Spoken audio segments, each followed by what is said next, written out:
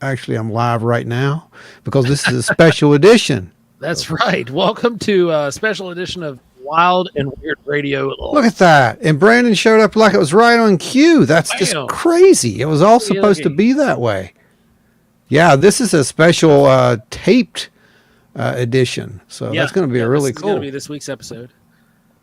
So we've got it's West Virginia Day, so that's why we're doing a special live, right? Oh, no. It's Wild and Weird West Virginia Day. Won't you say it right? Valid point. It is Wild Yeah. and Weird West Virginia Day. So we're doing a weird West Virginia history episode for you guys. Yeah, we're just going to be talking about the state and some of the crazy things that happened here. And we're going to be listening to some of your stories out there. Some of your favorite wild and weird West Virginia type stories would be great to hear. James Boggs hanging out there. Howdy. We got Bigfoot, Bigfoot, Littlefoot. Of course, we got the Deuster. The Deuster. How's I'm everybody doing out honestly there? surprised we have this many people who came last minute notice. We've got Oh, Fish yeah. Belly. Absolutely. Yeah. Okay, guys, get it shared out. Fish Belly, what's up? Yeah, this is a spur of the moment special edition. Yeah, live, so get it to thanks for having share it out, especially to any of your friends who are, into Mothman and all that fun stuff. Because of Actually course, sharing it out now. we're going to talk about Mothman. Yeah, We you can't. You we can't not. can't do this and not talk about Mothman. I know it's been overdone, but old Mothy is it is what it is. That is us. So that is a good thing. So yeah, let's get it all shared out there, guys. Let's turn on some spooky music. There we go. Now it feels like home. There we go. Yeah, setting the mood there. That's good.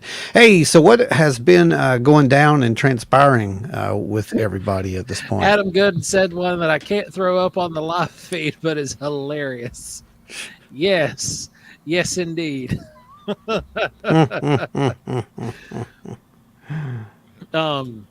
So yeah, right, how's everybody been? Good. Been good here. It's great to actually be able to relax a little bit between shows. Not very long, but still, I'll take it. It's good. It is nice. We've got a little bit of a break to get some stuff done. Getting some new merchandise actually created. Some new merchandise created. Yes. That's gonna be cool. Yes. It'll be making its first appearance at Kecksburg, right? I believe so. Yes. Yes. Oh, and what other good news on West Virginia Day could we have other than the fact that the good old boys from West Virginia, as they many of them like to refer to us, we are going to be making an appearance at CryptidCon officially. Not just vending the way we normally do. We're actually speaking at CryptidCon this year. Yeah, I don't know what they were thinking. Right? Yeah, I have no idea what they were thinking. But yeah, Yep. we will. It's gonna be a good time. We'll be there That'll be for fun. those who don't know. Yeah. So, do you guys have any favorite stories of West Virginia? Like any of your favorite stories of the actual cryptids or legends from this state? Man, there's a lot to choose from. What's your favorite one? What's your favorite? I just want to know what your favorite is. Man, my favorite is one of our passion projects, is the mounds. Yeah. Yeah, we are unique in that respect. There's Ike. Hey, we got Ike over here with us. What's going on, brother? Yeah. I mean, a lot of people, they don't realize that this state has so much in the way of it's paranormal, weird, downright weird. It's a magical place. It's just there's so many things. Deuster said John Denver. John Denver. It's one of those things that John Denver. country roads or cryptid roads. Cryptid roads. as it was redone.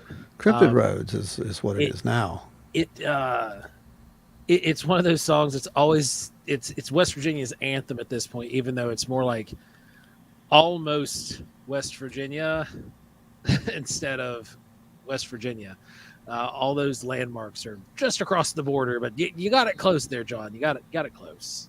You got it close enough, and I mean, yeah, it's basically it's the unofficial state anthem. So Adam Good said that trying to choose which one of his West Virginia things is like trying to determine which child will live at the hands of a terrorist. Well, I guess. I mean, there's so many, right? That's the point. That's There our are. problem. There really are that We're many. the epicenter Hey, of Fish. weird. Yes, we're the epicenter of weird. I mean, that's a fact. I think that people just don't. They just sell West Virginia short, because look what we've got. We've got because it's old. Exactly. We're the only state that's fully. All of our borders are fully immersed in the Appalachian Mountain Range. Everybody else either trickles off to the outskirts of the mountain range, but we're the only state fully enveloped. Yeah. And I mean, it's it's this crazy. state is weird because it's old. That's the area is old. The mountain range. I've said it before on Dark Skies. We live in the oldest mountain range on the planet. We do. We absolutely do. And it's ancient, as a matter of fact, because, it predates everything. I mean, pretty much, as far as we know. I mean, there could have been other civilizations here, couldn't there? Yeah. On the top of those mountains before they started getting eroded down. It's very possible. I mean, there's the natives legends. said. Yeah, exactly. There's legends of that. So, we can't just dismiss that because it doesn't feel right or it doesn't make us feel good inside. So, what's your Well, favorite, Brandon? My favorite is probably Injured Cold. Like that story just interests me so much. Yes. Yes. I can't say no to that. Yeah. Just because it's such a great story. It's just an incredible story. It still goes and on to this day. It needs to be it's still happening. told, Oh, It just needs to be told. It's such a wonderful story. Anya said recently that she was still in contact with Injured's family up until she passed away. Yeah, that's right. That was in her book, Beyond Lanulos, and that was by her. And she has a continuing story in here, 50, or 50 plus years with Indrid Cold. So that was a great one. And then of course you had Woody's original, which really just set it all out. The Visitors from Lanulos. This, in my opinion, is West Virginia's George Adamski, except for he didn't fake it. I'm sorry, he didn't fake it. In my opinion, he didn't. Now, did everything 100% happen the way he said it did? Maybe to his mind it did. We've proven at this point that we are dealing with a phenomena. Yes, an intelligent phenomena, right? That has a ability to kind of make us see what we wanted them to see, want us to see. So maybe he did take those trips. I mean, maybe they weren't physical, is what I'm saying. Who knows? I don't know. I'm not I gonna. mean, Enoch did. There you go. Good He's a point. modern day Enoch. There you go. I mean, I don't want to start, a cult around Woody, but I will say that, he's just as relevant as any of the early contactees, and probably more so, in my opinion. So Ron, what's your favorite? Man, next to, Indrid, I'm gonna have to go with the old favorite. It's Mothman. It's Mothman, dude, because Mothman's part of the family. It's just I gotta represent. But Mothman to me is one of the greatest legends, just because of it's fire. It's fire. It's everywhere. It's in so many different countries. It's pretty much spread across the globe at this point, the legend of the Mothman. And I don't think that anyone could have ever imagined that. I know those kids never had a clue that little story, when they ran to that, that pizza, that pizza shop that night, and they sit down there and they called the cops. I just don't think that they had a clue that this was going to catch fire the way it did. And not even just that, but the way that they were going to be quintessential in the survival of this small town because of that story. Yeah.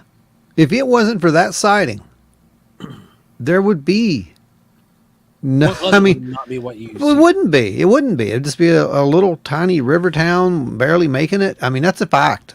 Yeah. That sighting, that put that town on the map. and it's did. still. I mean, there's people who come from all around the world now to Year see round. that museum. Not just for the festival, but year. Year round. Year round. Exactly. They're out in front of the statue on the Mothman cam, and Hey, speaking of the Mothman camp, yeah. it's somebody, one of our buddies. He's not in the chat because he probably has no idea that we're doing this. But if you are watching this, if you are seeing this live, go look up Spooky Appalachia's YouTube channel. Subscribe. And type it into the search bar and go subscribe to Spooky Appalachia. It's his birthday today. It's also Wild and Weird West Virginia Day. And Works out great. Go show him some love. He's a tremendous supporter of everything that we do. And Oh gosh, yeah. We Hey, help look. him Look, share- I just walked in. Hey, look at that. We're sitting here talking about you. Synchronicity. We summoned him. We summoned him. See how that works? Yeah. That, my friend, is how it works. That's how you got to be very careful, or you will manifest things. I'm telling you, you got to be careful what you manifest. This time it was Yeah, just spooky Appalachia. Everybody wish Spooky Appalachia happy birthday, and go over to the YouTube channel, go give him a subscribe and smack that notification bell. And just got the last kid to bed and saw the notification. Hey, There you go. perfect time, man. There you go. Stingray's here with us. Hey, Stingray, what's going on? welcome. Hey, Spooky, we're asking people their favorite wild and weird West Virginia story. Not us, but you know, Wild, weird West Virginia histories. yeah, from the history, the legend. What's your favorite legend? I'll tell you my favorite Dawn cryptid story. Yeah, Oh, okay. And, Okay, yeah, sure, that it's counts. the story of the ghost of Mamie Thurman. Oh yeah, that's a cool Oh, one. yeah. That's a cool one. There is so much more to just her murder. There's a whole conspiracy in the town of Logan from back then about who Yep. might have done it. Oh, hey, Crazy. Adam Good, up for $4.99. Helping Pabs on Spooky's birthday. Bless you. Let's get Pabs up here. Where is he at? Let me get a He message probably out. has no idea because it's not Thursday, so he's not used to this. I sent a message out to everybody, so you know. But here's the thing: everyone. I don't think that everybody is getting the message because I've been told that we may be getting yeah, because you know we may be giving out conspiratorial information, you know, because we're anti-conspiracy, but apparently that doesn't matter. So, you know. Spooky, yes, that does 100% count because it's part of the history. That was actually one of the ones that I mentioned, and not just the giants in Moundsville, but the giants that have been found all over the state, the relics and remains of these large humans Where is this at? that Okay. that were documented. You know, if you go back and you look in the anthropology notes, what was it called? It was the old logs, the old anthropology logs for the state of West Virginia. You can go to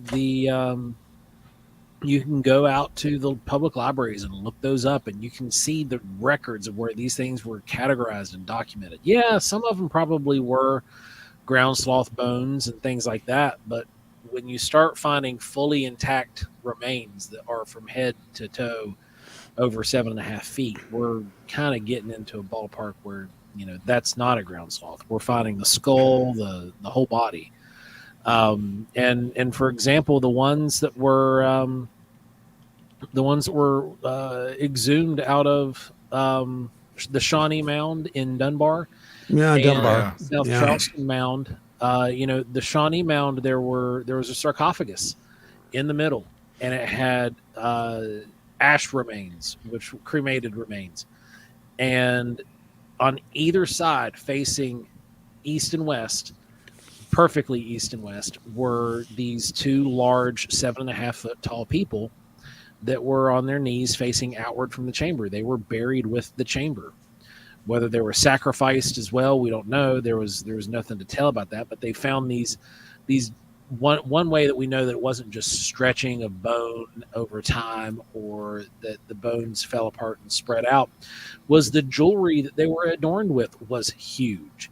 They had large hammered copper sheet jewelry that was big bangles and bracelets that were made to fit the arms, and they were of a large circumference around. Like if you measure your arm, you know, my wrist measures roughly, I think it's like 8. When I was writing for the book we were doing, My wrist measures at like 8.5, 9 inches around. The bangles that were found there were measuring in at around 16 to 18 inches God, wow, that's around. huge. Good grief. So that's double the width of my arm. And then the same thing was found over in South Charleston at the Krill Mound, where in this case, Now, the Krill Mound is a was whole different animal, isn't it? It was. The Krill Mound was a whole different animal. The Krill Mound, the large individual was in the middle, and normal-sized people were placed around him in a concentric circle. And their heads were all facing out, but their feet facing inward. They were all, facing outward from anything that could be coming in. Like they were almost protecting this individual, just like over on the Shawnee There were Mound. 10 skeletons that actually were arranged in a spoke-like pattern around that. That's the crazy part. And their feet were all pointing toward the center of that skeleton. That's weird, dude. They were Kind of they like were a walking multi-pointed out. star. Well, the thing to remember, with It's energy. symbolic there. Well, the thing to remember, with that, I mean, I think it was probably ceremonial. It was an energy thing. They were guarding it, I think that had a lot to do with it. But your individual was almost 7 feet. It was 6 feet, 8 3/4 inches. So that's pretty big for a guy back then, man. Because what was the average height of Average height was around 5'5".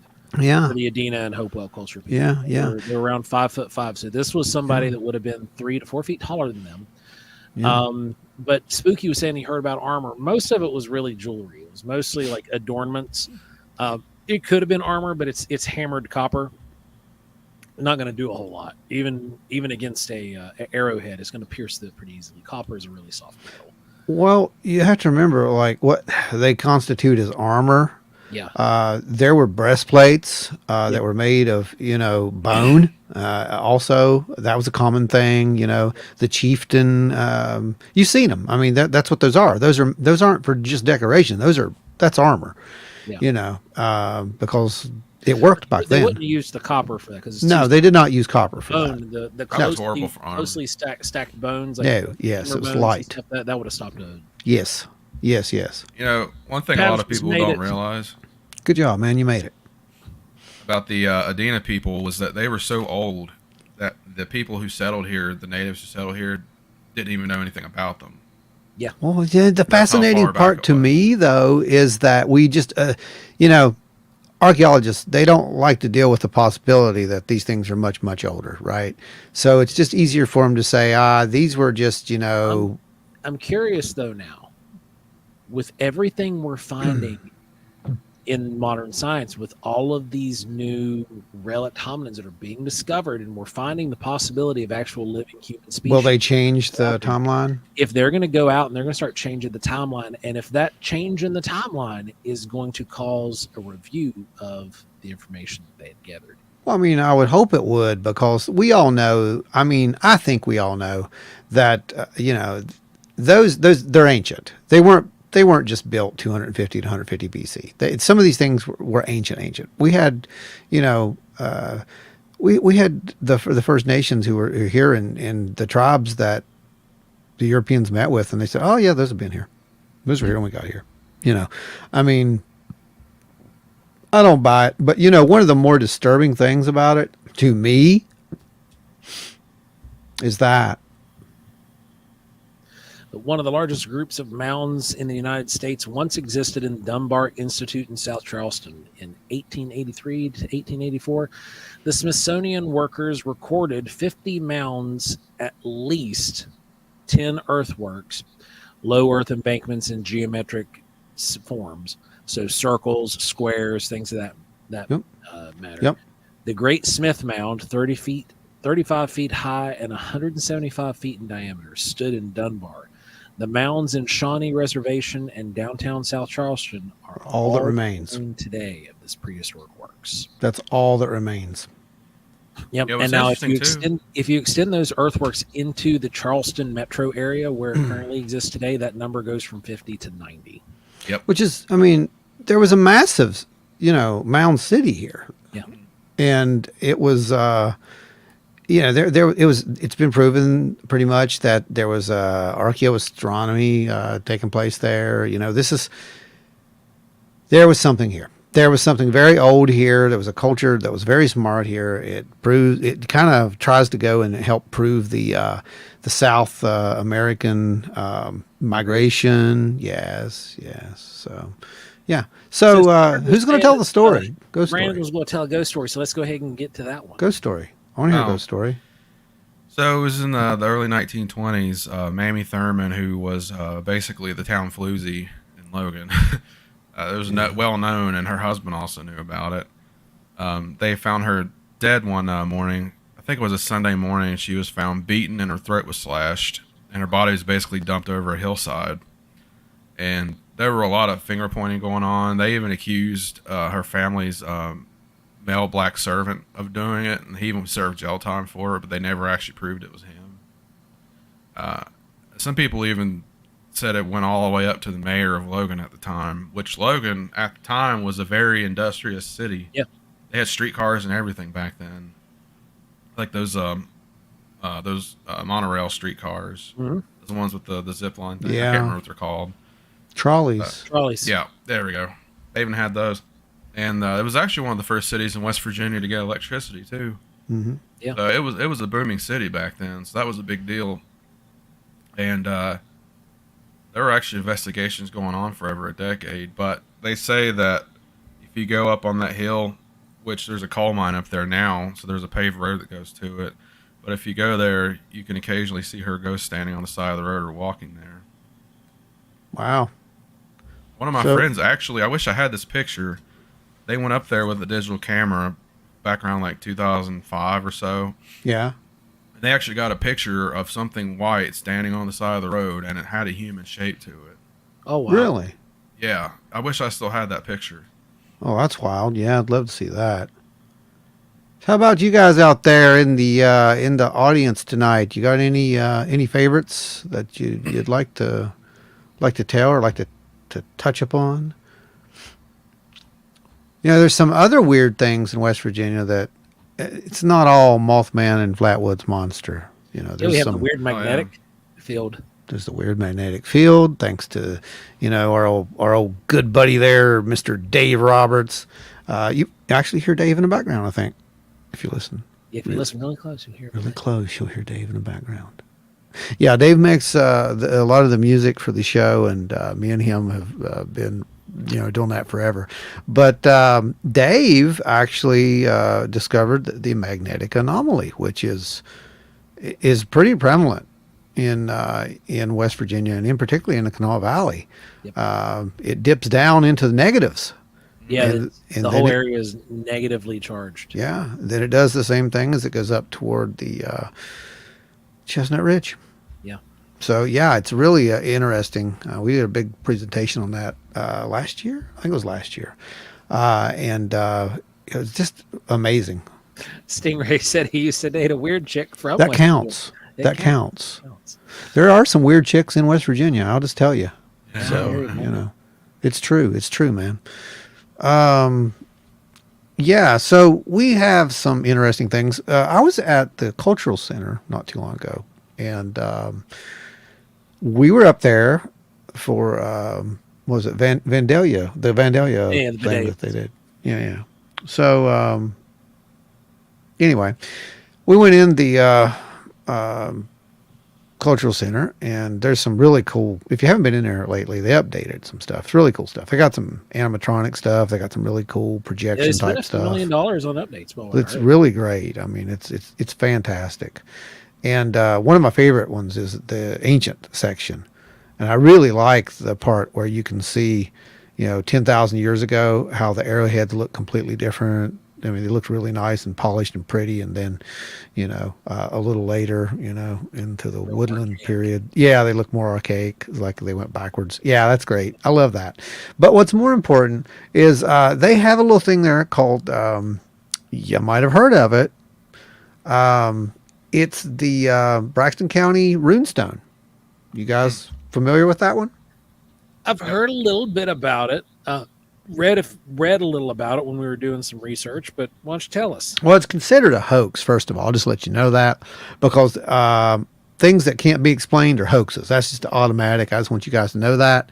And here's what it looks like on here's the placard right there beside the Kanawha County Madonna. We'll get into that too. It's also a hoax. Don't fear. Don't worry. It's not going to get you. It's all a hoax. So, but they have it there. It's on display, and it looks like that. Basically, it's a little sandstone. It's a little artifact, and it was found by Blaine Wilson at Triplet in Fork, 8 miles west of Gassaway. It was April 10th, 1931 is when he found this thing. The carvings, they look like some kind of forgotten script. No one really knows. The stone's 4 1/8 inch long, 3 1/16 inches wide, and 13/16 of an inch thick. It's basically a sandstone. Tablet.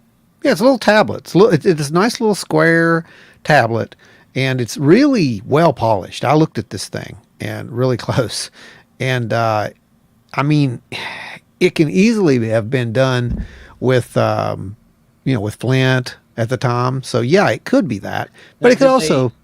I see that it does look like there's a little bit of glare on it. Do you think they hit it with a clear coat to preserve it? I don't Probably. know. I don't know. I do not know. There's a glare on it probably because it's behind glass, so you might be getting a reflection off the glass as well. So it's you can't, of course, touch it or get near it enough to do anything Because it's a hoax, because it's a hoax. I mean, why? We wouldn't want you to touch the hoax, right? But the inscription, it's 3 lines divided. You see it there. But here's the fun thing about this little thing. Many of those characters on there. Yeah, it does, doesn't it? Yeah, exactly. It really does. It looks And like it also looks like something else that we'll talk about here in a second. It looks a lot like the Grave Creek tablet. Remember, we got to hold the reproduction of the Grave Creek the whole tablet, and that's believed to be a hoax as well. But so the state bought this hoax back in like 8 years or so after Wilson found it, and they sent it off to a Dr. Emerson F. Greenman. He's an archaeologist in Michigan. And Greenman looked at this thing, and after a very detailed analysis, guys, he concluded, and this is a quote, "It has not been demonstrated that the Wilson tablet is a fraud, but the preponderant evidence points in that direction." Why? Just because? It doesn't fit any kind of. Yeah, exactly. Because it doesn't fit into the timeline. That's exactly what it is. And you can't carbon date it. You can't check it. It's stone. Well, they did carbon date it, but it shows,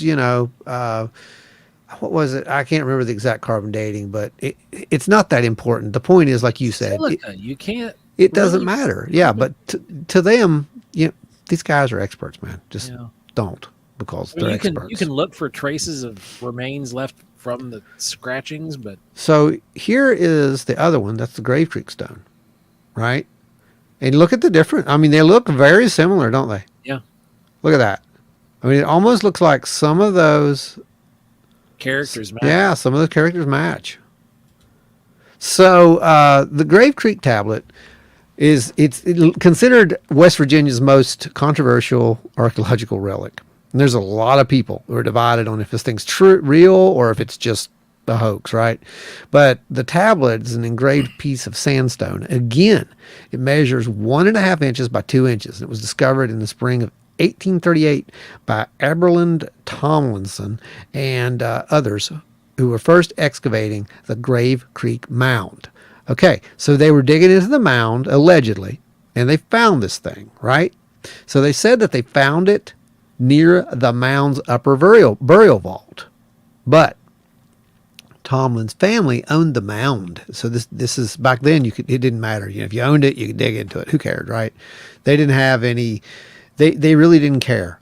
I mean, I guess it'd be okay if we went over and just any ethical stuff. They had no ethical. They had no ethics. Period. Because I'm Back sure then they didn't. well, they'd love it if somebody went over to their local church and just dug up grandma, but it was okay to go over here and destroy these incredible monuments and these people. Right. But anyway, they claim to have found that stone under the floor of the upper burial vault. But others who were present said that they themselves had found it. So there within, there's this, there's these stories. It was found in the wheelbarrow from the dirt taken from the vault, and we found it personally, just back and forth, right? But after Henry Rowe, Schoolcraft, he was an eminent ethnographer. Well, he studied that tablet, and he became convinced that these characters were actually carved by Celts from ancient Spain or Britain. Yeah, this gets weird. So rather than early American Indians, so he didn't think these were Native American, writings. He thought that these were Celts, guys, or from Spain or Britain. Like this, this gets out there, is what I'm getting at. So, well, there could be, but not then. So, anyway, the Grave Creek tablet became the great center of controversy at that point, because different scholars, they concluded the characters resembled varieties of ancient alphabets. Like, they traced it to so many different. Yeah. I mean, there's Tunisian, ancient Greek, Egyptian, Etruscan, Phoenician. I mean, it was all over the place. Libya, African, like these all had kind of similar characters. So this is one of the problems with it. And this is why it was kind of taken as, well, it can't be real. But here's what I will tell you guys. The stone disappeared soon after this. Okay. The location is not known where the stone is today. No one knows where the stone is. But the Smithsonian Institution, they have 4 casts of it. So I don't know where they got that cast at, because no one knows where the stone's at, and why they'd have a fake. Must be like that crystal skull they got. They love to collect fakes apparently, and not put them on display. Yeah, I don't know, guys. I mean, what do you think about that? I've said my piece about this mistake. Based upon what we know now, we don't need to go there. But based upon what we know is it too now, far of a stretch to say that was a language that we just haven't discovered yet. Yeah, it could be. Why can't they acknowledge that? Maybe it's just a very, very old language. It could be, and it could be a very, very ancient language. But here's another far stretch for you. maybe they were said to be so tall because they descended from Nordic people who came over way long before we ever thought it was possible. It's possible, man. Well, I mean, when we were doing research for the whole mound project about 5 years ago, I turned up a lead on this place called Muscle Shell Road, and as I started diving deeper into Muscle Shell Road and the history behind it, I found out that it was not just a road made of mussel shell or mussel shell concretion. Which is, we're going to find mussels in the river really easily back then. Still today, you can find them in certain beds. But, it's when you let the mussel shells dry out, pound them and add water, they make a natural concrete, And there were 90-degree angle roads, like where intersections and roads were put in out Muscle Shell Road area. And it was all dug up when the state road and everything went through and upheaved, and farmers and everything like that went through and turned it over. But there was a story. I found a story about this character that the natives had referred to as King Yellowhair. Wow. And that he had a big locks of yellow hair and a big gold beard. And that's where he resided in. And it was him and his people came here and they built this sophisticated road system. And, it was charted before it was destroyed. So you can actually find the maps and stuff like that of where these roads went and how they were laid out. And it's a very intricate road system that was just destroyed. Well, it makes me wonder if there's so many options to that. Like, because I do know that mussel shell was used to make mounds, especially toward the coast. That's a mound building, a thing. And the quahog is what they were. They weren't called mussels. They were quahog. Yeah. And it's also a very tradable material. So it has a purpose. It has a meaning, and the amount of mussels. I want you to think about that too, because they didn't just go out and kill mussels, for the heck of it. That was food. Yeah. So imagine how many people you had to have living to get that many mussel shells.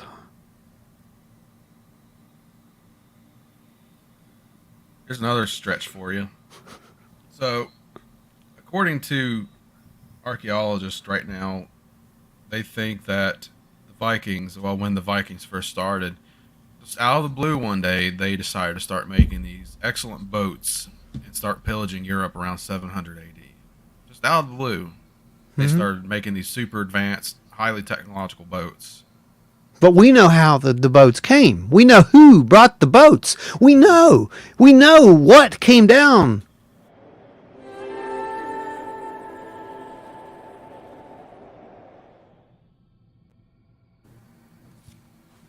Without that, there would be no boats. There you go, Pat.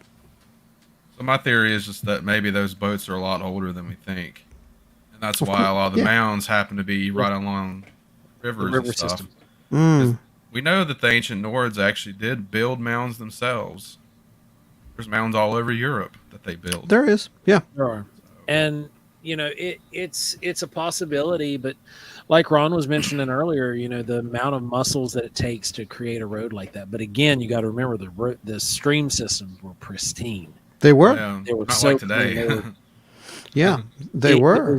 It was nothing to go. If you did it at the right time of year and you knew, which these people would have, they would have known when the spawning season was. And Oh, you yeah. go in after the spawn For and sure. move out a bunch of stuff, and then you eat, Mhm. take the shells and turn them into, pound them. You pound the shells into mortar, and then mix that with sand and rock, and you have concrete. Yeah, you do that, and you've got, there's just so many uses for them. I mean, there was some really, really good uses for them.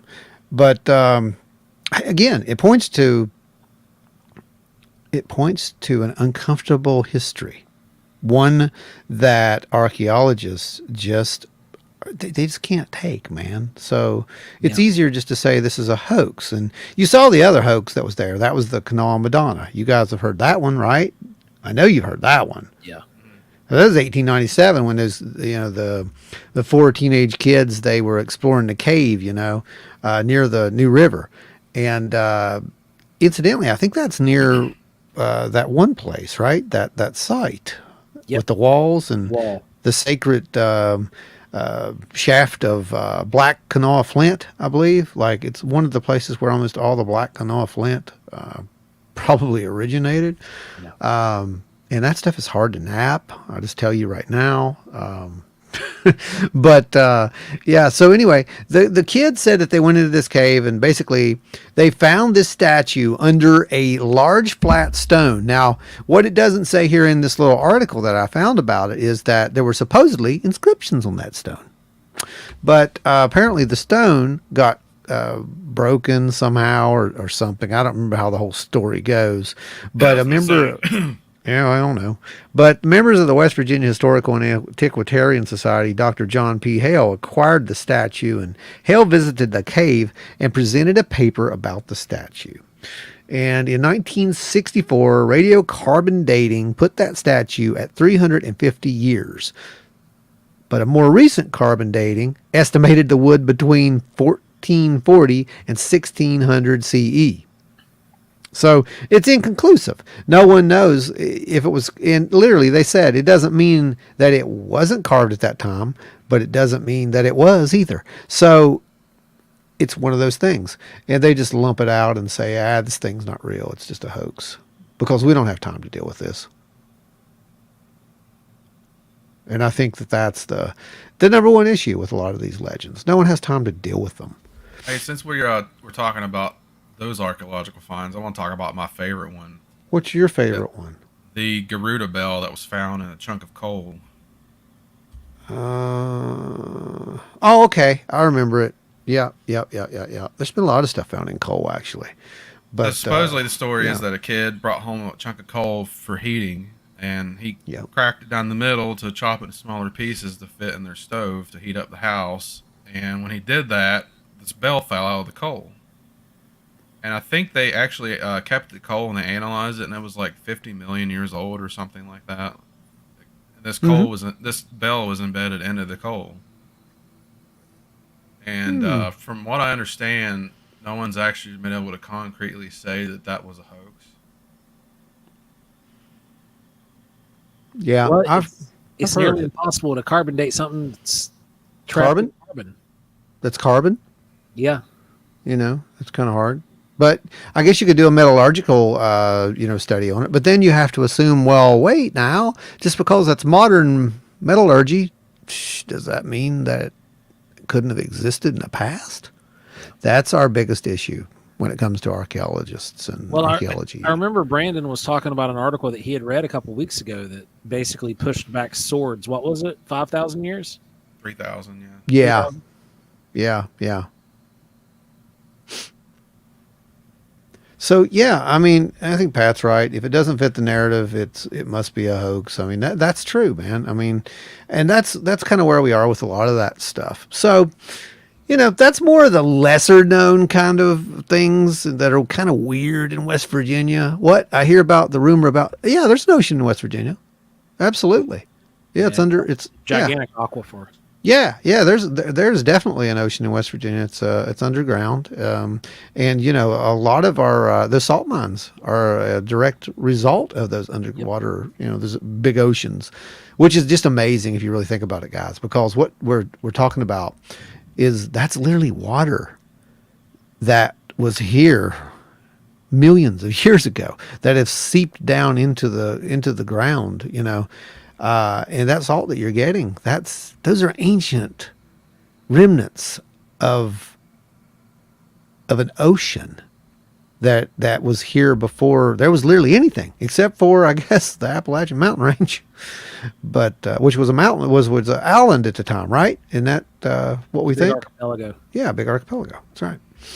So yeah, I mean that's just amazing if you really think about it, and that's also where you get the story of. How these people, in metaphysics, you'll talk about the salt, right? Like how salt has its properties and whatnot. And a lot of the salt is from those ancient oceans. So it's kind of interesting. It's kind of cool if you really think about when you're out there at a crafts fair and you see the West Virginia harvested salt. Get some, because that is a link to an ancient ocean that literally was here. Yeah. Still is here in a fourth dimensional kind of way, right? We're all underwater right now. And there's also massive bodies of active moving water in West Virginia. There is, yeah. There's all kinds of Massive rivers aquifers, and then you have the salt, the old ancient ocean that was, where they harvested salt from. J.Q. Dickinson is one of the harvesters in Malden, right. Virginia. Yep. It's good salt too. I think the biggest salt works along the Kanawha were like between Rand and Marmet. Yep, that's where Dickinson Salt Works is. Mm-hmm. That's so where they're in Malden, right smack between. That's where we get a lot of the street names in Charleston. They came from the barons of the salt works people, like McCorkle. Yeah. For example, they were big salt barons. Yeah, it's but I think that I think it's just amazing that West Virginia has this very unique history that just goes overlooked so much. I mean, we haven't even got to the good stuff yet. We're just talking about some of the weirder stuff that you don't get to hear too much about. Remember that town? Real quick, see who popped up in the chat right here? Oh, Sherry. Sherry, we haven't heard from you it feels like forever. It's good to have you listening to the show. Thanks for joining us. So, Brandon, what were you going to say, Brandon? Oh, you remember that town that Teresa said a few weeks ago that was founded by spiritualists? Anstead? Anstead. That's an interesting little chunk of history. Yeah. Anstead is a really interesting town. There's Bigfoot, Littlefoot down there with an Ohio giant story. And Oh, yeah, I think Emily pretty much made the case for She did. the reality of giants, which is just amazing to me that she did that because, you know, The position she holds. yeah, but you can't deny the data, and that's why I like her. She goes Yeah. where the data leads, and that is what you should do. You should not lead the data. Go where the data leads. we should do a deep dive into the mounds and bring her on the show for that. Well, we kind of, sort of did, kind of at one point for the Yeah, Fallen we- Worlds we'd thing. always do it again. It's always something we could revisit. Hmm? Oh yeah, definitely something you could revisit. It's always a thing or two we forget to mention. Yeah, usually. But okay, guys. So we're going to leave it up to the audience to choose. Let's go. We're going to go cryptids. So let's hear your very favorite cryptid in West Virginia. It's got to be a West Virginia cryptid, and let's see who gets it first. The data says giants, so giants it is. And, you know, it's the Yeah. thing. Is, it's only giants technically by their time constraints there at that period because you got 5'5" and they're like 8 feet tall. You go look at the NBA right now. It's nothing to see a 7-footer, 7'2". Well, let's be real. I was at So- Kroger not too long ago. There was a dude there had to be 7.5. And if you've ever been in the presence of a 7.5 foot tall human being, you're standing in front of a giant, guys. Yeah. I mean, You know, my it's mom met Andre pretty one intimidating. time. Oh, Andre the Giant? Really? That's awesome. Yeah, I actually found the date that it happened. It was a wrestling show. It was August of '82. They came to Charleston, and she said that when he walked out, she was right beside the entrance. She shook his hand, and his hand was so big it enveloped Monstrous. her entire hand. It was nothing. Yeah, he was big. He's a very big guy. See, the only Yeah. big man that's like that I met's Paul White, which was the giant. Still a from big NXT. dude. And he's another guy. It's like shaking his hand was like shaking a freaking baseball bat. That's why I don't go to Kroger. Oh, they actually have casts of Andre's hands at a museum, and you can put your hands in it and compare your hands to his. Yeah, that's all of Ripley's Believe It or Not has those casts in all of the museums there. The Ripley's Believe It or Not museums have them. Mm-hmm. Mm-hmm. Then, so we got Veggie Man, we got Dog Adam's Man, just doing that to make me say it, so I'm not saying it. That's all that was. Veggie Man. Veggie Man's a really weird one, and I'm still standing by the fact that's a screen Green image. image, right? Yeah. I'm thinking if that's real, it's a screen image. That's my. That's what I my- think Flannel Man is. That's what I'm convinced that is just a screen image. It's very possible. It's very possible. You got Braxy, which is Braxy? a monster. Gotta love her. Gotta love the Braxies. I mean, that's another one. And yeah, we will touch Braxy. I think that's a pretty cool one to touch. I mean, we might have to touch that because it's kind of something we're doing about that. I think. Adam says, Yeah, I know what you're doing. about Dog Man. Say his. Yeah, I know, man. I know what you're doing. We're actually I know, planning I know. a full Dog Man deep dive soon. Yeah, we are actually. So it's gonna happen. It's gonna be one of the. We might do it live. I don't know. What do you think? It could happen. It could happen. It's probably gonna wind up being a recorded show because there's gonna be a lot. We're gonna go from start to finish. We're gonna talk to Martin and Deuster, get some more information from those guys, and then. Look, man, it's not my subject. So yeah, I'd rather just be like, okay, let's bring on the guys who really know this stuff because And if we go through the Yeah. history of all the mythology about dog humanoids, that would take all night. Like, that stuff is Yeah. old. like Scooby Doo. I mean, that dog could talk, man.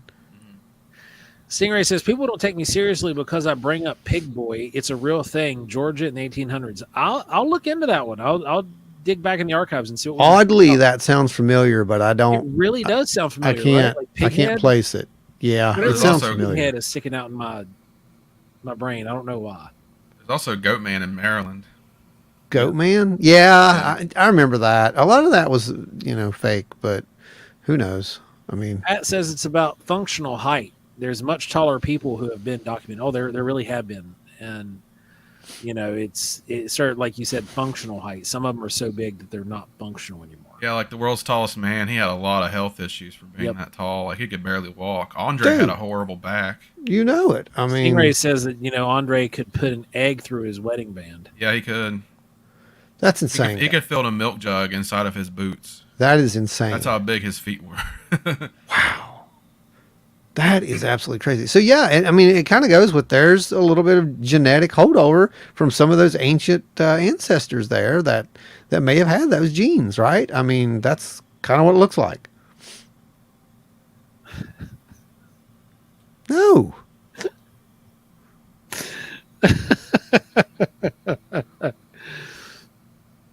Okay, so what do we have?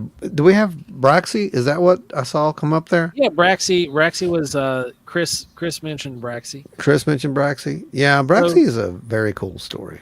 It really is, and you know, one of the last May brothers has passed away. Sadly, that is Freddie correct. passed away. We were hoping to have him come out to the Flatwoods Monster Convention. His brother's still alive, but his brother's the last one, and it's, you know, it's sad seeing some of these people go, but it's thanks to people like Seth Breedlove and Small Town Monsters. who- Yeah, I mean, you know, if Seth ever did one good thing, just one good thing, because I mean, I'm still mad at Seth because he has not taken me seriously on this Civil War Ghost project. It's, And I know. I swear. How to get it.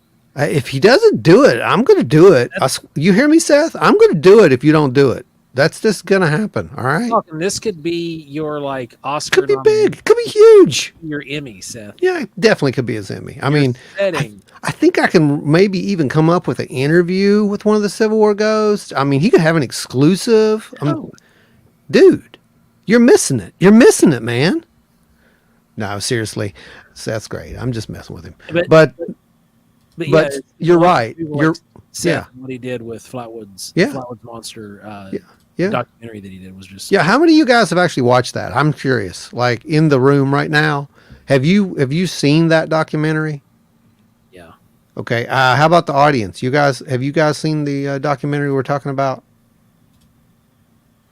Yay or Actually, nay? the release is where we actually met Seth for the first time. It was. It was. Yeah. It was a little after that, wasn't it? Yeah. No, it was the signing for the DVD. Oh, it was. Yeah, that's right. Yep, it was when it came out for release. Mm. It was him and Stan and Yeah. See, so what do you Flatwoods Museum. don't you think? I mean, you guys have seen it. Don't you think that's like one of the best, if not the best, documentaries on the subject that you could probably find? Oh, Oh, hands it was down. the best. Yeah, I think it If is. you haven't seen it yet, it is. Seth, I believe, added it to their YouTube. Yeah. So go look up the Flatwoods Monster. Legacy of Fear, right? Legacy of Fear. Yeah, Legacy of Flatwoods Fear. Monster, Legacy of Fear, and it's one of my favorites, hands down. Like it's beautifully shot, and the interviews are with witnesses, which he was the first. Yeah. He was the first and only Yep. to have done that. Yep. I don't know how he managed to pull that off, and he doesn't either to this day. You know, that it just happened perfectly. But it's great that it did just happen because, you know, now it's gone. So, you know, that's that one little bit where Freddie had said, you know, that he thought that the creature actually, it looked more like to him like a V2. I love that quote. Yeah. I mean, you know, that's because that's what inspired the image that I did. Which is literally right. Where's Yeah. my hands? You know, There, that guy. yeah, he's over there. There. He's over there. Hang on, I'll show you which one. Save image as everything. But yeah, I mean, I think that it's Hey, Ron, Adam solved your dogman problem. no, If you get the dogman neutered, he calms right down. dude, seriously, come on. Oh, you guys who are listening to this purely on audio, you have got to check out the live You've show definitely got to that check comes out the on live show. Thursdays. This is a special live show. We're recording for West Virginia Day, Wild and Weird West Virginia Day. But It's you definitely our- have to check it yeah, out. yeah, Jump yeah. over with us, hang out sometime. Oh yeah, Yes. definitely. So, my thing about this is, you have this, for those who don't know, and I guess there's like maybe one person who don't know, that's in the audience, but there are others who are listening to us now. So we'll go ahead and tell the story, I suppose. But, it was September 12th, 1952. And it was around what, 7 p.m. Is that what time it was? I think is what they Yep, said. the sun was starting to set, going Yeah. down below the horizon, and Yeah, and the kids are out there playing on they're playing on the football field as the story goes, and they look up and they see this streak of fire coming across the sky. Okay, probably kind of like what we've been seeing here on from the Las Vegas thing. Police cam, that footage of the fireball. But apparently this fireball lands up on a hill, and so they have this idea that they're going to go and collect this meteor. Now they didn't think it was UFO. They had no idea that what this was. They just thought it was a literally meteorite. just found out in science class like a week Yeah. before that these meteorites contain precious metals and were very Yeah. valuable. Exactly. So they go home and get their mom, and so she's like, "Well, we'll go up and take a look at it." So her and who was it? Eugene Lemon. He was the National Guardsman at the time, and the other kids is Neil Nunley and Ron Shaver, and the dog. And boy, that dog became a controversy. But Isn't it that dog has its own legacy? yeah, There we go, Seth. Right there, the dog needs its own the dog needs a story. documentary now. That's it. The Flatwoods Monster dog needs its own story. Does anyone even know the dog's name? I'm just curious if that dog has a name. I bet We're it gonna- does. We're gonna call him Spud. Well, either way, Spud was, I think he did have a name for real though. And I think I've heard it before, but I don't remember it. But anyway, so they go up on this area where this thing crashed, and it crashed up on the old Fisher farm. You can't go there today, kids. It's Private land. off limits. Nothing happened here, but it's off limits. Roswell, you can drive out to and pay $25 or something and go see the desert, but you can't go and see the area where this alleged crash happened here in West Virginia. There's your And- mark, Seth, right there. Yeah, right there. See? But anyway, so as they're out there, they said when they got up on the hill, it's getting dark, and now there's this mist all over the ground, right? And they said it was like a sulfury smell, as I recall. Smelled like sulfur. Right? Yeah, smelled like sulfur. We've heard that before. Yep. And so it's making them cough. It's making them nauseous. The dog goes, whatever story you believe, the dog runs away. Some people say the dog got sick. Some people say the dog died. No one knows about the dog part of this story, honestly. Others say it went on to have a happy and normal life. Yeah, You Freddie, choose. Freddie is the one that says the dog. Honestly, I think the dog's name is Schroeder's, and because it's either yeah, Schrodinger's. So anyway, dog aside, they're up on the hill, and off in the distance they can see this reddish glow, right? So I believe it was it Eugene that shines the light? Yeah. I think it was Eugene. He takes a flashlight, shines it in the direction of where this light's coming from, and then all of a sudden he's met with these two yellow orbs that are moving toward him. And those orbs start kind of beaming like it's a beam shooting at him, and then they see this orangish glowing face and this crazy form, this body, and they all freak out. It's like it's anywhere from 10 to 15 feet tall, depending on who you talk to. Huge thing moving toward them. And again, for those who have not watched Seth's film, he spared no expense. Built this thing 14 feet tall, I believe. Yeah, they built this thing, and it's a wonder to me. It's just amazing that no one was killed in the process. They But almost were. Almost.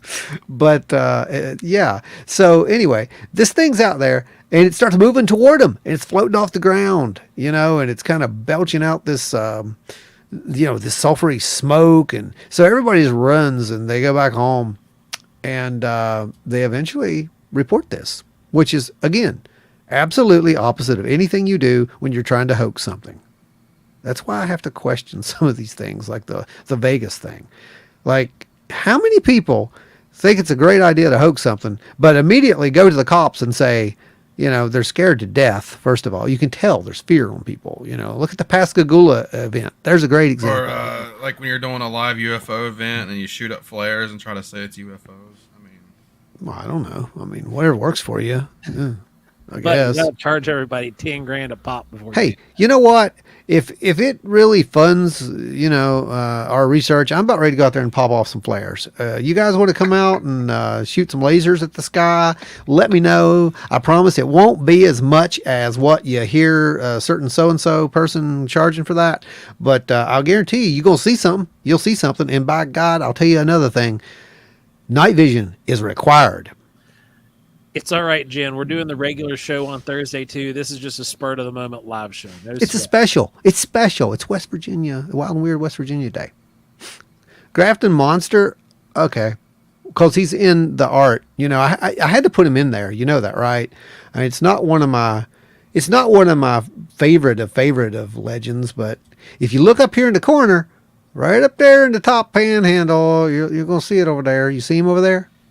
you know, that's one of the he's up there hiding. stories He's that over I there don't know what hiding. to make of that. Well, I know what to make of it. Either A, it's actual and it was a misinterpreted sighting of something, or B, it was just, you know, story. It was a story. I mean, I don't know which one. Either way, it's a Bunkers legend. try to say it was a bear with mange. I don't think so. I don't think so either. No, I don't think that's so. not nearly as big as that creature was said to be. Well, I'll tell you Maybe another. Gray. I'll give you the third alternative, and it's a weird one, but you know, it's my favorite explanation for what was actually reported, and that is that you're dealing with a golem. Because what's the literal definition of this thing? I mean, it sounds exactly. If I was going to draw a golem, it's going to be the Grafton monster. That's what it's going to look like. And remember when I sculpted that one? It looked exactly like. Yeah, and it got up and walked away. It disappeared for days. Yeah, weird stuff, man. Yeah, Maybe it literally That's- walked away. it may have. I don't know. There's all kinds of weird stuff that happens when you're messing with. Oh, there was a it. great golem story on oh god, what Stephen King movie? It was one of the Creep shows. I think Creep Show 2 maybe that had the golem story. But yeah, I mean, you're looking at something that was what? It would look like a seal, like a wet seal, right? That's how the skin was kind of described. Yeah, Like wet clay, yeah. yeah. So there you go. I mean, that's, to me, that's what it sounds like we're dealing with. We're dealing with something that's, you know, if it was a physical thing. But what's really weird about that story, guys, is when they went back up to look for this thing. And, you know, they had the parties that went up there and around the river and they looked for it. And they heard that weird sound, that weird humming sound, you know, around the river. Oh, gosh. The hodag. I mean, probably ultimately, I think so. Like it was Yeah. it's either Could a be. misidentified sighting or it was just somebody trying to. But mix- it could also be a misidentified sighting. Yeah. How easy. He was moving like 50 some miles per hour on that Around the curve, curve. right? And it was nighttime. Through, And through a curve, which You means know. his lights went. exactly. Yeah. And Yeah, you got to remember, come on. guys, you know, when this happened, those lights weren't very bright. I remember one debunker that I saw on a website somewhere try to say that it was an old refrigerator floating down the river that his headlights happened to bounce off of, and I was like, "You're really stretching for that." That's a serious stretch. Yeah, that's a very serious stretch. I wouldn't even go that far to try to explain away the Loveland Frog with that one. That's just ridiculous. Got to say, as far as Ohio goes, Loveland Frog's my favorite there. So, you know, Yeah. that's original. What we got? The Webster Werewolf, the Blue Devil, the White Thing. But we actually have a White Thing report that came in about a month or so ago from Fayetteville area. Yeah. The Sheep Squatch. Oh, dear Lord. James, why did you have to do this? So, all right. Man. This first time we've done it on a live. We've talked about it on the show before, but the Sheep Squatch. This is just, I'm from Boone County. So's the Sheep Squatch story. Coincidentally, my family owns The all, original. The original. yeah, the original You Sheep got to Squatch. say that. the original sheep squatch Because sighting. there's several different ones. My family owns the whole area around where the sheep squatch sighting took place, and then there's a small holler right on the other side, followed by just a bunch of little houses. It's just a small little community there, and ultimately, there was a sheep, a male sheep, so a ram, that had gotten loose. And he was notorious for getting loose. He was, if we'd get up there on our property line, we were walking the ridge area hunting, it would get, squirrely and come after you. But it had dreadlocks, essentially, because it had been loose so many times. Eventually, the state winds up coming around. Boom. Look here. Look here. Look here. I knew you'd help. I knew someone out there. This is why I love our community. Right here. Dog's name was Richie. I don't like that name. We're changing it. I like Spud better. Yep, Spud. So back to the sheep squatch. It was eventually put down by the state because, these guys also, they had that experience. They saw it. They were likely drunk. And when you see a big ram that's coming down, it's unshorn, been loose, extremely territorial, running downhill at you, you're going to think you're being chased by a monster. The noise they make is god awful. And, when they open their mouth and yell, and they got gnarly horns, because like a domestic sheep horns, you have to cut those off too, because they don't grow in like a ram's horn. They don't come in a nice curl. They come in, they're gnarly. They'll even grow back into their head. So you have to keep those cut. So you've got this monstrous looking thing just coming down at you. It was a monster too, and you take off running. The dog's name should have been Pickles for the record. Stingray 1975. There we go. We'll take Pickles. And but yeah, that right there is your sheep squatch. Yeah. Well, I mean, I don't know. I never saw a sheep squatch. That's the one thing I haven't seen, and I'm good not seeing it. I'll be honest. I've seen it a few times in Fallout 76, but other than that. And I think let's give credit where credit's due. Fallout 76. I don't think the sheep squatch would have made it out of West Virginia if it wasn't for Fallout 76. Before Fallout 76, the mountain monsters. Oh yeah, that's right. I forgot about mountain monsters. That was back in 2013. Oh, I forgot about them. Episode. Yeah. You're right. That's one of the few that I actually watched. I remember that episode very well.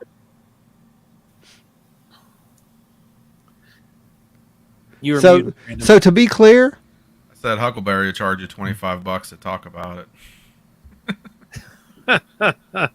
So to be clear, James, what he's trying to say is that apparently the sheep squatch is a product of inebriated storytelling, possibly. Yep, Also known as drunk rednecks.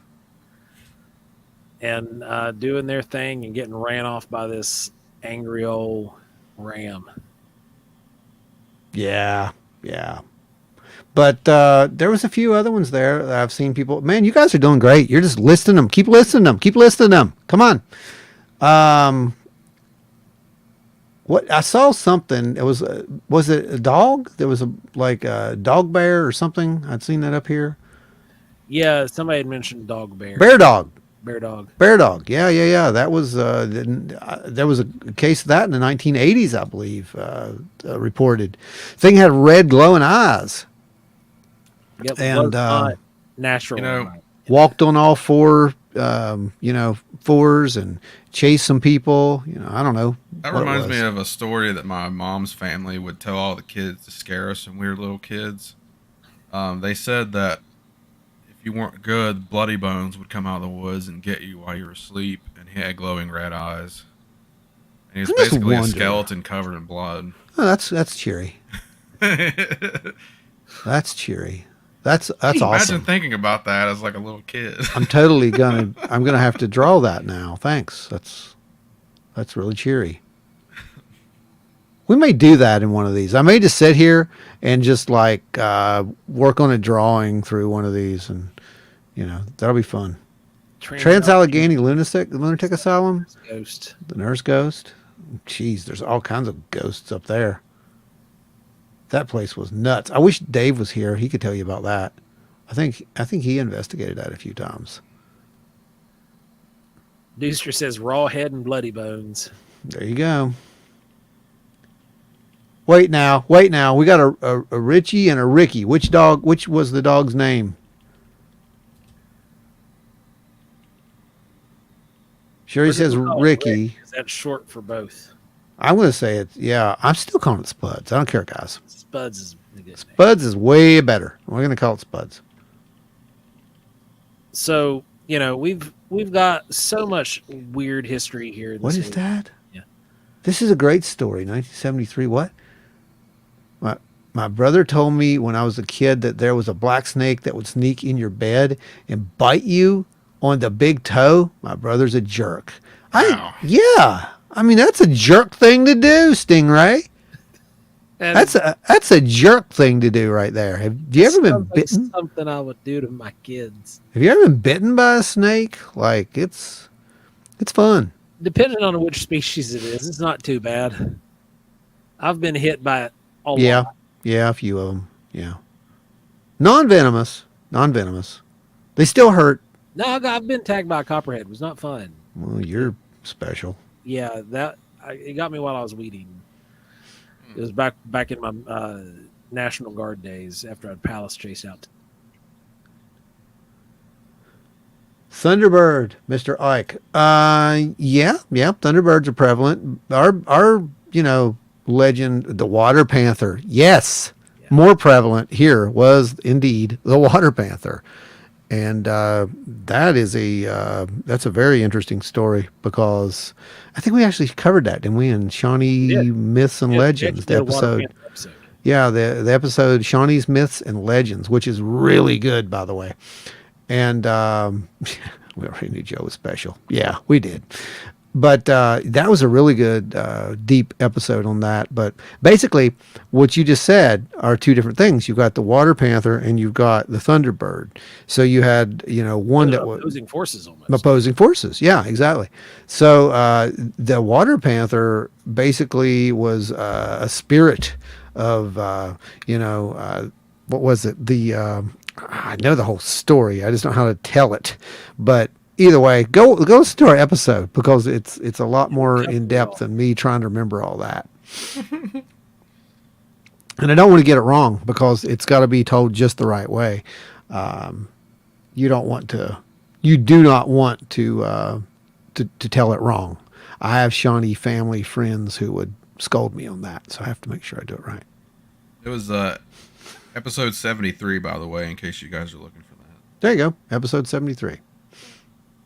Wow, man, that's been a while back, huh? A long time ago. Cannot believe we've been doing this long. This is amazing. Right. What else we got there, guys? Okay, so anyway, we all know the world famous Ogwa. Darn it, Ogwa. Let's go there because he's in here too. If you look, Oh, yeah. I've got him hiding here on the banks. Where did the image go? The image disappeared. That's magical. Yeah, here you go. See, he's right there. And the last oar to the right, you see that that's the Ogwa. He's right there. Right below Braxy. He gonna get you. I love the big turtle stories because, to me, they're actually possible. Well, big turtle stories are 100% accurate. We believe that the fossil record has pretty much shown that that's possible. We're dealing with an animal that can live hundreds and hundreds of years. Before the Europeans got here, there were no real predators that was going to take Not for these a big things turtle down. like that. No, absolutely not. So it was definitely possible. And I still think that the large snakes were possible because I remember hearing a lot of the story about the giant snakes. Yeah. And you'll hear those every now and again. You hear people, hey, back in the 50s or in the 30s or whatever, that there were giant snakes that were found in some of these places. I have no doubt because these things, they live for a very long time.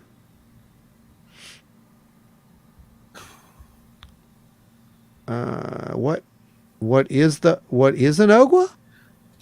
Oh, What? the Ogwa is a big old turtle. Some parts of the story has it having two heads, which again we know is possible with turtles. Once they've been inbred enough, you're going to get conjoined twins or two-headed turtles, things like that. it's totally possible, and with a small breeding pool, it's even highly more possible. But it was a turtle that was big enough to eat a sheep or a dog, take a small kid, and it was one of those kind of Monster. things that was Monster extremely turtle. possible. Yeah, total monster. And a few years ago, it got a resurgence because allegedly some guys had seen something that they considered to be the Ogwa. And so it kind of made the rounds again. Adam is making me make a comment and not lurk in the background. I'm commenting under duress, though I love this podcast. Well, thank you. Thank you so much, Zakia. Wonderful to have you here. And Adam will do that. I mean, it's peer pressure. He tries to get me to say things a lot, too. So I understand. I totally understand. Sometimes it's just best to say no. But we're glad you said yes this time. And Dewey said he saw a flying turtle in 1956. I saw a flying turtle too one time when I was driving in my van with a Rite Aid. A hawk had dropped a snapping turtle, which is a common behavior. Hawks will come in, they'll scoop up turtles, they'll fly up to high altitudes and release them so their shell will smash against the rocks. And I was just driving, and all of a sudden, here comes wham, smacks the road just in front of the van. And I'm lucky I didn't hit it and didn't stick in my windshield. But yeah, that was a hoot. One time when I lived in Mingo County, I had a deer fall off a cliff and almost land on my truck. Holy cow! Yeah, I don't know what kind of spirit you got to really tick off to make that happen. But Adam is the sponsor. Yes, Adam is the sponsor. That is correct. That's right. And Adam has been, Adam's the sponsor. Dewey's still sponsor too, because Dewey contributed, I think it was like $10 or something, a couple of weeks back, and we're still grateful for that. So everybody who has supported us, God bless you all, because we got a lot to do. We've got the Woodbugger Jamboree coming up, and we've got the workshop. The workshop is filling up. Everybody, it's filling up fast. Yes, it is filling up fast, and it's going to be a lot of fun. I saw on one of our things somebody had they had made some strange comment about it, and I'm like, huh, that's funny. But I thought it was hilarious because I don't think they understand. We did the first one, and we're going to do this one. And we'll do another one after this. We did the ones in the past, this is what we do. I mean, for you guys who don't know, I mean, most of you guys who are here right now know this. 2021, we did our first one, and then every Wild and Weird Con since we've had workshops. Yeah. And last That's year, right. the only reason we didn't do it last year is because, well, my son turns a year old here in a couple of weeks, and it's right around the same time that we always did the summer workshop. So. Have a baby. But either way, last year we still had a workshop last year. We did it at Wild and Weird Con, and we had Hellbent Holler come in and do it. So we've done workshops. This is not new, and people like them. So we're going to keep doing them, and you learn a lot, don't you? I mean, it's a lot of fun. That's the whole point. It's extremely valuable information. It really is. You actually get to learn some stuff. But what's really fun about it is you get to meet like-minded people, to talk to people. You get to actually experience what it's like out there because it's different reading about it and actually going out there and pouring a cast or, learning how something walked through the woods and looking for this and that, little things. And there's so many little things that you don't think about. And, we go over all that stuff. Plus you get to eat a really good meal, which is number one. You get to go out and do a investigation with us if you want. Yeah, if you want to. Investigation. Hang out. And what's going to be great about this one, we've got a lot more equipment to deploy this time. Yep. And we're going to deploy it all, and we're going to show you how we do that. Because you got to remember, guys, when we go out there, we go full hilt. I mean, we take everything. We're kind of crazy, but it works. Because there's been a number of times now, right, that we've gone out there, like you said, looking for subject A, come back with subject B, and we have the gear to make sure that we can record those data sets if that happens. And so we like to kind of teach others to do that too. It's a blast. Thank you. Yes, you were there. That's right. Yeah, It was a lot of was fun. that the first one? Yes. Yes. And okay, guys, what's your I want to hear you talk about what? Deploy the machines. What are you All talking our about? hardware. What? Not that kind of machines. No, no, our hardware. The hardware. We don't have robots. We have machines that are, equipment based, not like that. I want a squatch stick. Okay. We can We arrange can make that. that happen. We can definitely arrange that for real if you want one. Yep. You just get a hold of me and we'll make that happen. Yeah, And well, that's not hard. figure out what color you want. We know the guy that makes them, so he's a I know a guy. fan. James Boggs wants to know if you've heard about the Braxton Beast, Joseph. It depends, man. Like Which one? Yeah, which one? Because they got really creative up there in Braxton County. It was the Flatwoods Monster, the Braxton County Monster, and then the Flatwoods Monster and the Braxton County Monster flip flopped. Then it was the Braxton County Beast. You got the Braxton County Beast, which was a really big dog at one point. Then there was a Braxton County Beast that was their Bigfoot. But then the Braxton County Monster became the Bigfoot.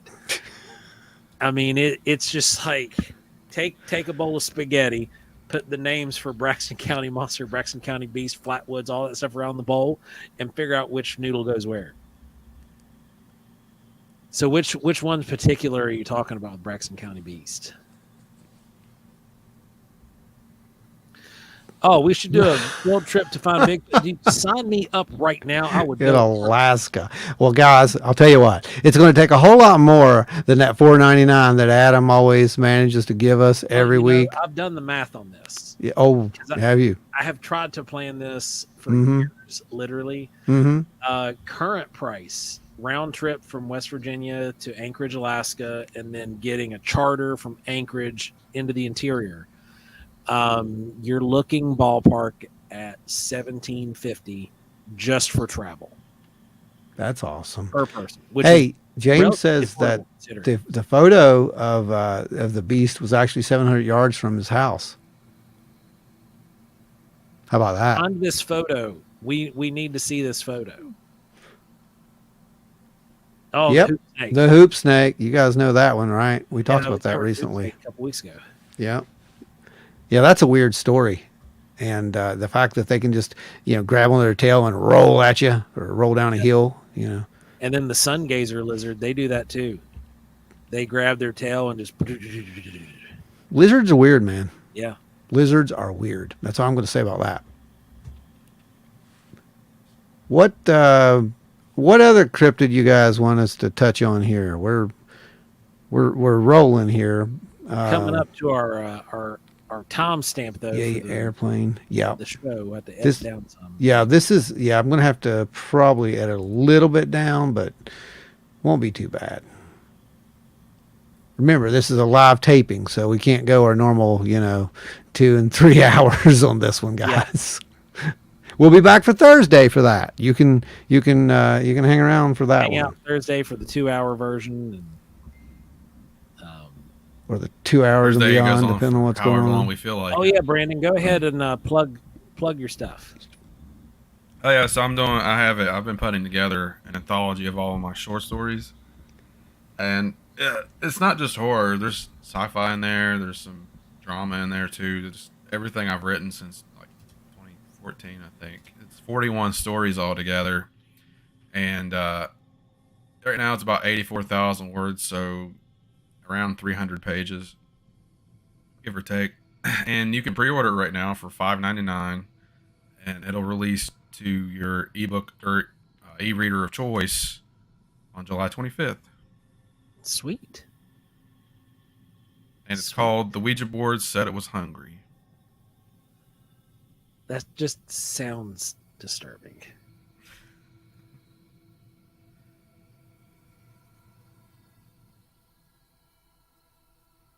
You've been summoned. Uh-oh. Sky Daddy has been summoned. Hang on. I'm on it. I mean, I'm telling you, someone asked not too long ago that, do you got to pay to see the Sky Daddy? No, you don't. But when you pay, it's 100% guarantee it's going to happen, like pretty much right on the spot. So.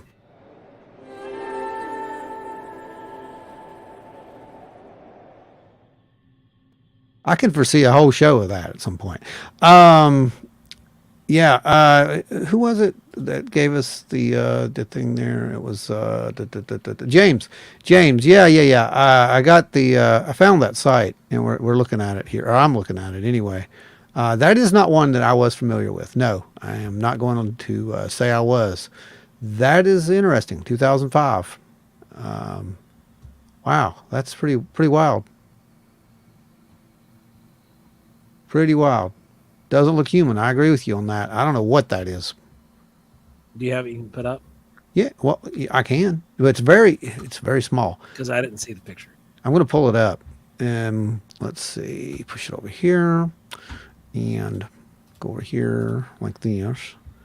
This is what I love about this platform right here. This is my favorite thing about this platform. We can actually do things like this in situ. It's great. Where'd it go? Here it is. Got it. All right, so here it is. Oh, Yeah, The world? yeah, that's Yeah. weird. yeah. That's pretty weird, right? I mean, I don't know what that is. That's definitely humanoid. I mean, it's the same color as the leaves in the photo. But If you're thinking it's a leaf falling like close to the camera, I'm going to say probably not. And here's why I'm going to say that: because the background is in pretty much the same focus as this thing, whatever it is. Like I would think that would be a whole lot more blurry because of the depth of field. But yeah, I don't know what that is, man. That's wild. That's wild. it's something. That is wild. So we were going on the train there. We got the workshops. We got Wood Booger Jamboree coming up in August. We got the workshops coming up next month. We've got Flatwoods Monster Con. Let's not is forget Flatwoods Monster Convention. Right It is around- shaping up. Got a tremendous guest speakers list coming for that, and a ton of amazing vendors. set It's up. definitely shaping up.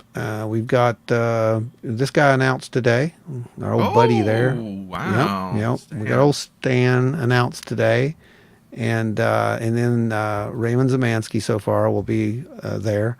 And boy, what a great time! I was just talking to Ray the other night. I was like, man, we couldn't have picked having you at a better time than right now when all this is going down.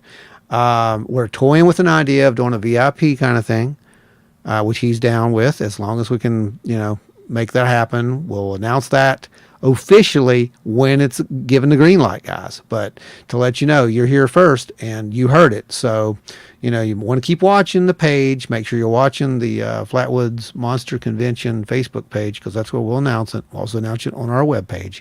Of course, we'll talk about it here. That's what we do. But it's going to be really good. And Ray will be with us July 2nd for our Roswell Day celebration episode, which we every year we do a Roswell Day celebration episode. And it's fitting because Grush can't talk about No, Grush can't talk about Roswell, but I'll bet you Ray Ray will. can. I bet Ray will. I'm pretty sure Ray's going to talk about Roswell. Yeah. I'm fairly certain that that's going to happen, but and beyond. so yeah, that's going to be a really good show. Where are we at next? Oh, yeah, I'm at Kecksburg next, right? Yeah. Actually, you know what? I did a thing. I made us a list of all the things we've done so far this year and where we'll be going.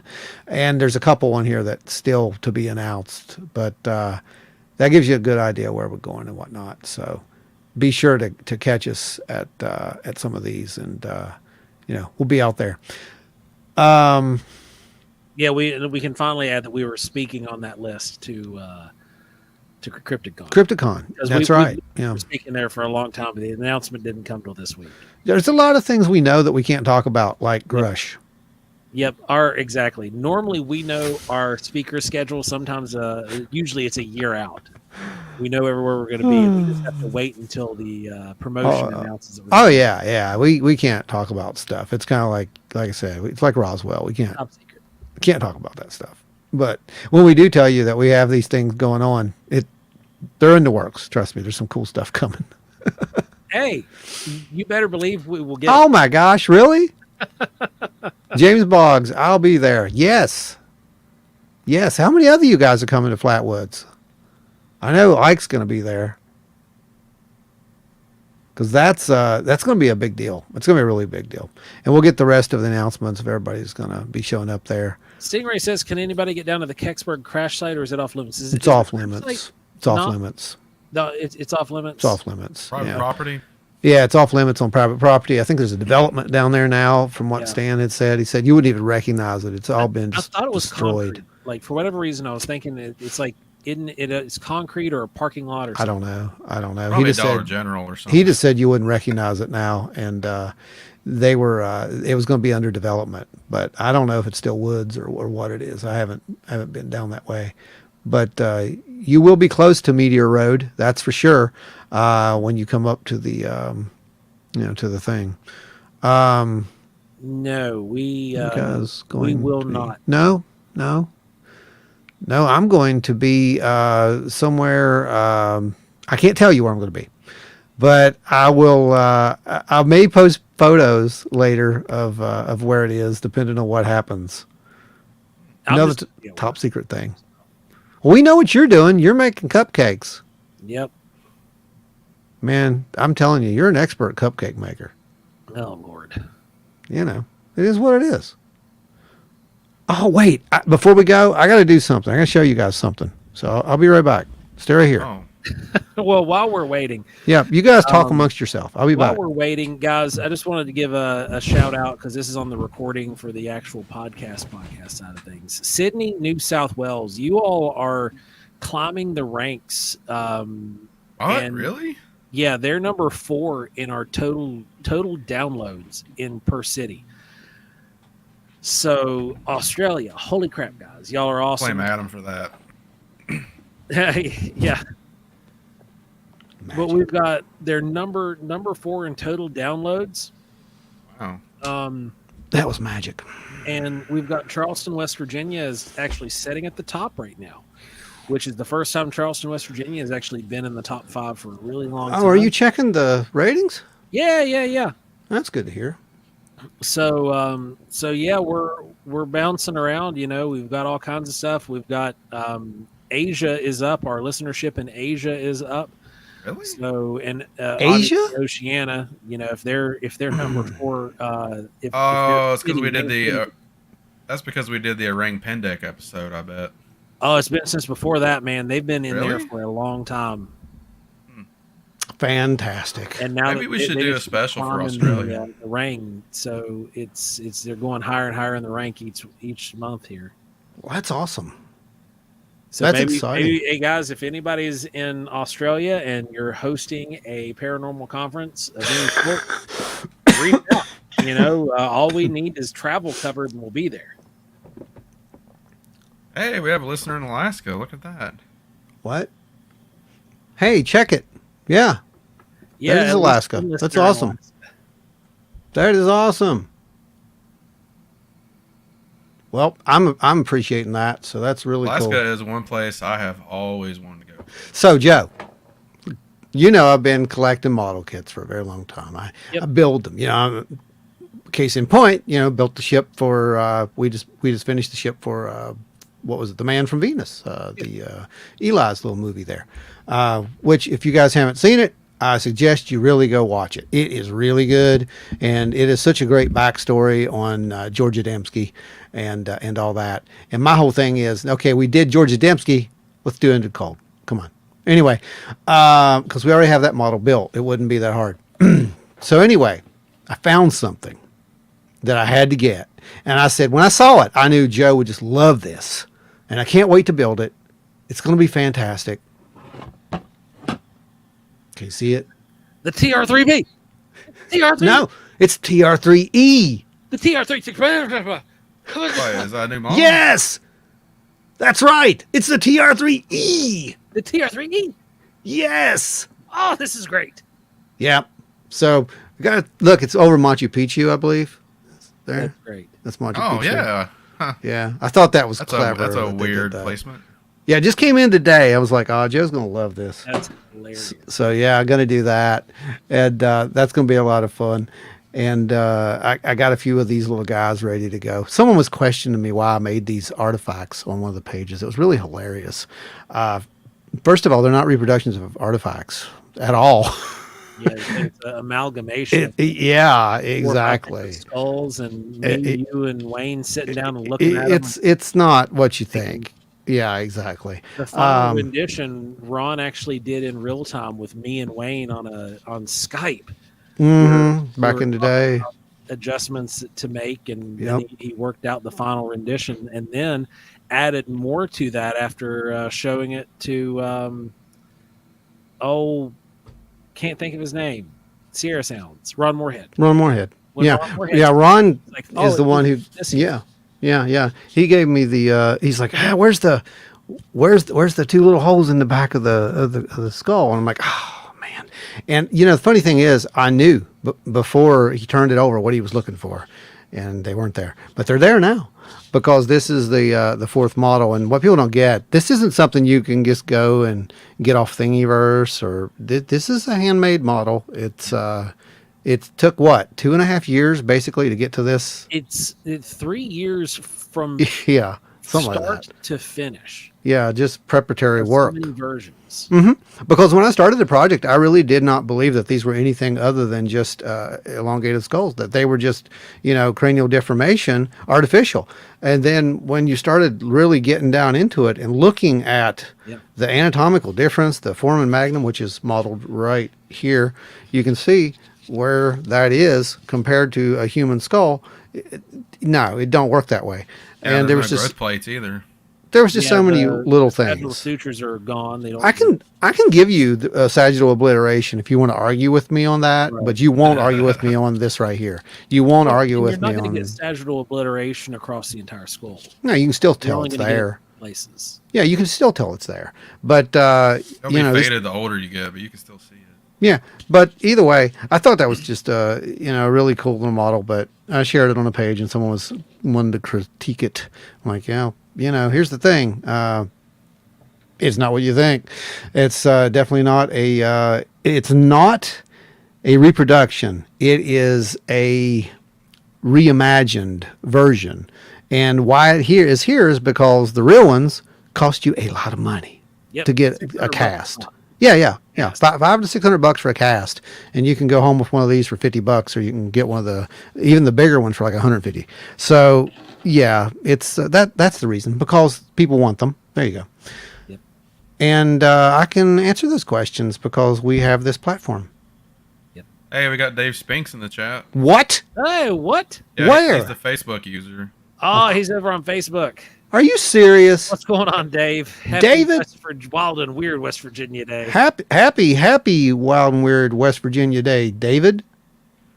I'll be darned. Look at that. You never know who's listening. You never know who's watching, do you? But and it was really funny because Dave actually bought one of the skulls.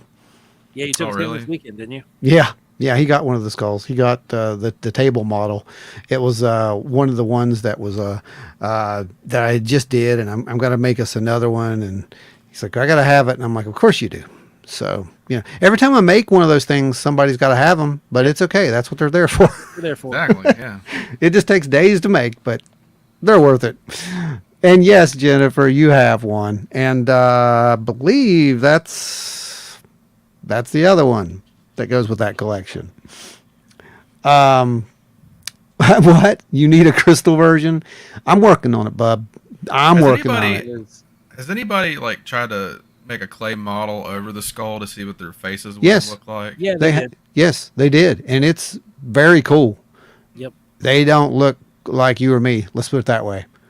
They are very, very different. I gotta find that. Yeah, crystal I'll- version of that skull. It's going to take some time on a lot of it's going to be a lot of money to make it because he's got to get one, get it completely smoothed out, get it to me. Then Well, it's got to be smoothed out, and it can't have any holes. can't have any holes. So we've got to seal it up completely and make. It's literally got to look like it's carved out of Holy crystal. Lord, that looks weird. Yep. We found And it. we got to cast it. Yeah, and then we got to cast it, and it's a lot of money. But if you guys want one, for real, I mean, we'll do it. You just gotta, back us on that one. A Kickstarter for it because it's Yeah, produce it. I Yep. priced it out to produce. It's going to put us around $250 just Easy. in materials to make the mold. easy. Yeah, easy. I mean, that's how much some of And these things will that's go how much for. we're in day one, like just without even selling one. We're taking the gamble, and then to make one, the time and everything. Oh, it's a lot of work. Yeah, it's a tremendous amount of work. And but if somebody wants to, do it, yeah, we'll do a group buy or something, a minimum in on it. And once we hit the magic number, we would go into production on it. But they would be acrylic. Understand? Yeah. They would look like crystal, but they would be acrylic. So. No, I'm not making one out of quartz. Oh God, that would take forever. Let's play a game. How much do you hate yourself? How much are you willing to pay? Okay, so the price just went up from a couple of $100 to a couple of thousand, just to let you know. You've got to do it the same way the ancients did, Ron. I'm going to give you a piece of sandpaper. Sandpaper? Okay. and Start. Okay. Get at it. Okay, so we got to basically take some ruby, grind up some rubies, Yep. mix it with water and paste, and get us some yucca leaves probably. Yep. And I have those. I've got Okay. yucca out front. well, we're already ahead on the yucca, guys. We don't need that. So we just need about 200 years. So we need the time machine. Yeah, so I can do that, right? That's how we're going to do it. Yeah, yeah. So there you go. I'll get right on that for you, Bub. I'll have that done for you probably by maybe the end of next life. All right, guys. This has been a fun show. Thanks for joining us for the extra special Wild and Weird West Virginia Day live extravaganza. Hope you've all had fun. Remember, if you're listening to us in your car right now, jump on over to the YouTube. Engage with us on Thursdays during the live show. You get to see all kinds of videos and images that we throw up during the feed. And if you go over and just watch the regular show on YouTube itself, you get to see those very same pictures and all of that stuff show up, like the one that's on the screen right now that you can't see because you're driving down the road. Eventually, we're going to have some kind of augmented reality where we'll be able to splash it up on your windshield. But right now, we're just not there. So, Oh, those lucky Tesla drivers, they got it made. right? Mm-hmm. Now, if you want to continue to keep Wild and Weird Radio free for eons and eons to come, head over to wildandweirdwv.com. Click on the shop tab, go ahead and peruse our wares, and pick something to have sent straight to your house. Yeah, like a brand new shirt. That's the one we just did today. Like it's Right. there. Brand new Wild That's- and Weird West that's right. Virginia, West Virginia Day Yep. with cryptid roads, all Yep. of that good stuff. Everything's on it. You're going to love it. It's colorful. I even made a little special parody verse there for you for your, West Virginia's theme song. I made it more, appropriate for us. It's got all things good. It's got all things good. So get over there and pick up one of the shirts. Hey, and by the way, we have done this for years. If you come to one of the events that we're set up at, speaking at, whatever, and you are wearing our merchandise, whether it is a wristband that says "Stay Wild and Weird" or a T-shirt, you're gonna either get something like just given to you or discounts or something. We will show our appreciation for you showing up and rocking our merch. Because you don't have to do that. That's something you choose to do, and We appreciate it. Yeah, big time. We appreciate everybody who sticks, in there and supports us. Absolutely. Workshop dates are filling up quick, guys. Remember that. If you want to get in on the workshop for July 15th, you want to get in there and reserve your spot very, very soon. It's almost full. There's a few spots left, so you can get in there and snag it. Then, if you're wanting to come out, remember Flatwoods is coming up in September. It's going to be a blast. We got Wood Booger coming up in August 12th at Johnson August 12th. Park. Yeah. Going to be a blast as well. You guys don't want to miss either of those events. It's back to back to back, Wild and Weird here with us, July, August, September. you can't get enough of it, guys. It's what we are. It's what we do. So It's come pretty hang out crazy. with us, catch us on the road, and remember. It's pretty crazy. Hey, wait, no. We do the code thing. Oh, the code thing. Yeah, I keep the code thing's brand new. I forgot about that. Brandon, do Brandon, the code thing. Right now, if you use the promo code Wild and Weird 23, you can save 10% off your first month's subscription to Paranormality Magazine. Oh, good Lord. Really? That's you. No, that's not how you do that. Here, I'll do it.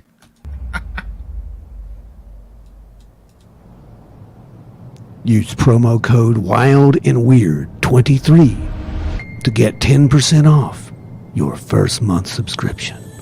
Paranormality Magazine. Promo code Wild and Weird 23. That's Wild in Weird 23. That's how you do it. There you go.